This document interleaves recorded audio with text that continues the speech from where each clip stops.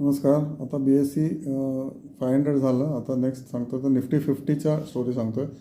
Okay, Nifty 50ला काय return मिळालेलं आहे गेल्या काही वर्षांमध्ये? तर 10 वर्षांमध्ये CAGR त्याचं रिटर्न 11%, 11.3% फक्त. ओके, 10 वर्षामध्ये. नंतर 5 वर्षामध्ये 17.5% मिळालेलं आहे. ओके, आता पुढच्या अजून हा पॉईंट टू पॉईंट आहे, त्यामुळे आता 10 वर्षाचं तुम्हाला 11.3 दिसतं आहे. अजून 2 महिन्यांनी बघितलं तर डिफरंट फिगर दिसेल तुम्हाला. ओके, अजून 4 महिन्यांनी बघितलं तर तुम्हाला मे बी 12% दिसेल किंवा 9% दिसेल. दिस इज पॉईंट टू पॉईंट. त्याच्यामुळे तुम्ही हे मी जसं सांगतोय ते अप्रॉक्सिमेटली तुम्ही त्याचा डेटा घेऊ शकता. As of today it is showing that it is 10 year CAGR is 11.3%. Okay, it will change every day. 5 वर्षाचा CAGR आहे 17.5% आणि CAGR एका वर्षाचा आहे तो 2%. आता हेच जर पॉईंट टू पॉईंट आपण जर चेंज केलं का एका महिन्याच्या पुढे मी जर हा डेटा घेतला, ओके, तर तो it may be different. It can be मार्केटवरती गेलं तर it can be 5%, it can be 10% also suddenly. हा व्हेरिएबल आहे आणि एव्हरीडे डान्सिंग डेटा आहे हा CAGR.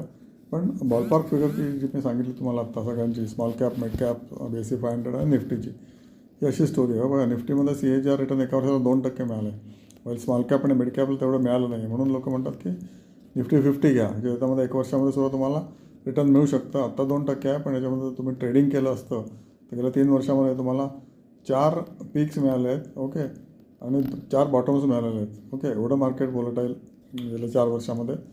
4+4 म्हणजे दरवर्षी तुम्हाला टिपिकली 1 पीक आणि 1 ट्रफ असं मिळतो. मग ट्रेडिंगची सुद्धा याच्यामध्ये अपॉर्च्युनिटी आहे. Not everyday trading but every 6 months trading.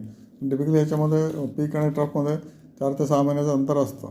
आणि तुम्ही जर ग्राफ बघितला कुठल्याही साईटवर, just type Nifty 50 last 3 years की तुम्हाला दिसेल की 4 पीक्स आले होते तेव्हा आपण विकू शकतो आणि 4 ट्रफ्स आले होते तेव्हा आपण घेऊ शकतो. सपोर्ट अँड रेजिस्टन्स हे तुमच्या टेक्निकल डायरेक्टरला विचारा, टेक्निकल मेंटरला विचारा, आणि त्याच्याप्रमाणे तो तुम्हाला सांगेल, त्याच्याप्रमाणे ॲक्शन घ्या. तर ट्रेडिंग पण पॉसिबल आहे Nifty 50मध्ये.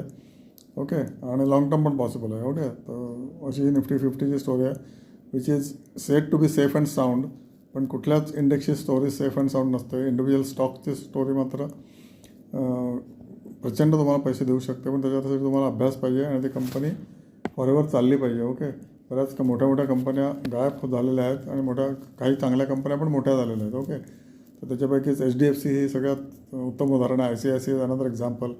Larsen and Toubro is third example. बऱ्याच कंपन्या लहानच्या पण मोठ्या झालेल्या आहेत, पण मोठ्यासुद्धा कंपन्या बाहेर फेकून त्याची व्हॅल्यू शून्य झालेली आहे. अशा पण बऱ्याच कंपन्या आहेत. तर मार्केटला नेहमी तुम्ही सावधच राहायला पाहिजे.